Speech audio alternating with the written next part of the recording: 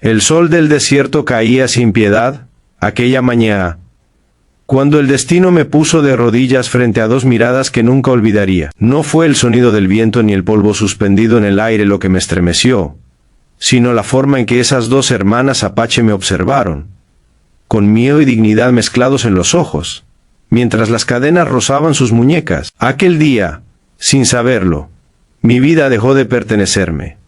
Dos hermanas Apache me fueron entregadas como esclavas, y lo que hice después cambió para siempre el curso de nuestras almas. Antes de continuar, si crees en la bondad, en las segundas oportunidades, y en que incluso el corazón más endurecido puede aprender a amar y reparar el daño, te invito a darle like a este video, comentar, compartir y suscribirte al canal. Tu apoyo ayuda a que historias como esta sigan llegando a más personas que aún creen en la humanidad. Me llamo Aurelio Santamar, y durante muchos años fui un hombre que sobrevivía sin preguntarse demasiado por el precio de su supervivencia. Vivía en una tierra seca, vasta, donde el día siempre comenzaba con luz intensa y terminaba con cielos interminables, y donde la ley era frágil como el vidrio. Mi rancho se levantaba aislado, rodeado de polvo, cercas viejas, y el sonido constante de los insectos bajo el sol.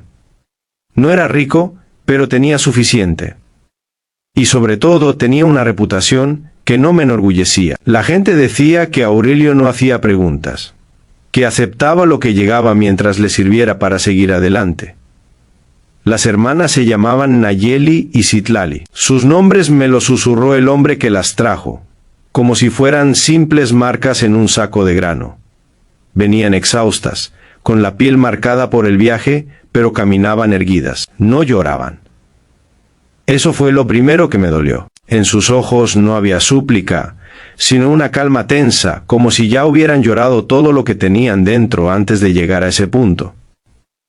El trato fue rápido, casi mecánico. Yo asentí, entregué lo que me pedían, y en segundos sus vidas quedaron atadas a la mía. Durante los primeros días, el sol salía alto y claro y ellas trabajaban en silencio. Desde el amanecer hasta que la luz empezaba a inclinarse, la veía moverse por el patio, cargar agua, limpiar, ordenar. Nunca bajaban la cabeza. Nunca me miraban directamente, pero yo sentía su presencia como una sombra constante. Algo en mí comenzó a resquebrajarse. No de golpe, sino como la tierra cuando se agrieta lentamente bajo el calor. Cada mañana, al verlas bajo la luz del día, sentía que el aire pesaba más. Yo había crecido escuchando historias que deshumanizaban a los pueblos originarios. Me habían enseñado a verlos como obstáculos, como recuerdos incómodos de un pasado que otros querían borrar. Pero Nayeli y Citlali no encajaban en ninguna de esas mentiras. Eran hermanas, y eso se notaba en cada gesto. Si una tropezaba, la otra se detenía. Si una estaba cansada, la otra tomaba más carga. Esa unión silenciosa me golpeaba más fuerte que cualquier reproche. Con el paso de los días, empecé a notar pequeños detalles que me perseguían. Nayeli, la mayor, observaba el horizonte cada vez que el sol alcanzaba su punto más alto, como si buscara algo más allá de las colinas. Citlali, más joven, recogía flores secas y las guardaba con cuidado, como si aún creyera que podían volver a la vida. No hablaban mucho, pero su silencio estaba lleno de historia. Y yo, que siempre había evitado escuchar, comencé a escuchar demasiado. Una tarde, mientras el sol caía vertical sobre el patio, las vi detenerse junto al pozo. No estaban trabajando. Simplemente estaban allí, compartiendo un momento breve, tocándose las manos. No era desafío lo que sentí, era humanidad. Fue entonces cuando comprendí que no podía seguir fingiendo que aquello era normal. El calor me apretó el pecho. Y por primera vez en años sentí vergüenza de mí mismo a plena luz del día. Mis noches se volvieron inquietas, aunque esta historia pertenece al día, porque incluso al amanecer arrastraba el peso de lo que no había podido enfrentar. Al despertar con el sol, veía mis manos, y me parecían sucias, no de polvo sino de decisiones. El desierto, que siempre me había parecido inmóvil, empezó a parecerme un testigo silencioso, como si cada amanecer me ofreciera una oportunidad que yo no sabía cómo tomar. El cambio no llegó de forma heroica, llegó torpe, lleno de miedo. Un día, bajo el sol del mediodía, les llevé agua fresca yo mismo. No lo había hecho antes. Sus miradas se alzaron apenas, sorprendidas. No hubo agradecimiento, ni reproche, o aceptación cautelosa. Ese pequeño acto fue como abrir una grieta en un muro antiguo. Después vinieron otros gestos, comida mejor, menos trabajo, más descanso bajo la sombra durante las horas más duras del día. Pero el mayor desafío no era lo que hacía, sino lo que aún no me atrevía a hacer. Liberarlas significaba enfrentar a los hombres que las habían traído, enfrentar el sistema que me había beneficiado, enfrentarme a mí mismo. Cada amanecer parecía decirme que el tiempo se agotaba. Nayeli comenzó a enfermar. El sol, el cansancio y el dolor acumulado la fueron apagando poco a poco.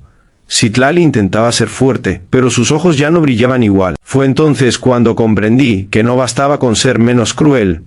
Tenía que ser justo. Bajo un cielo despejado, con el sol marcando cada segundo, tomé la decisión que había evitado durante semanas. Les quité las cadenas. El metal cayó al suelo con un sonido seco, definitivo. Ellas no se movieron de inmediato. El miedo había aprendido a desconfiar de los milagros. Les expliqué, con palabras torpes, que eran libres, que podían irse cuando quisieran. Mi voz temblaba más que la de ellas. La libertad no se celebró con gritos ni lágrimas. Llegó en silencio, como el amanecer.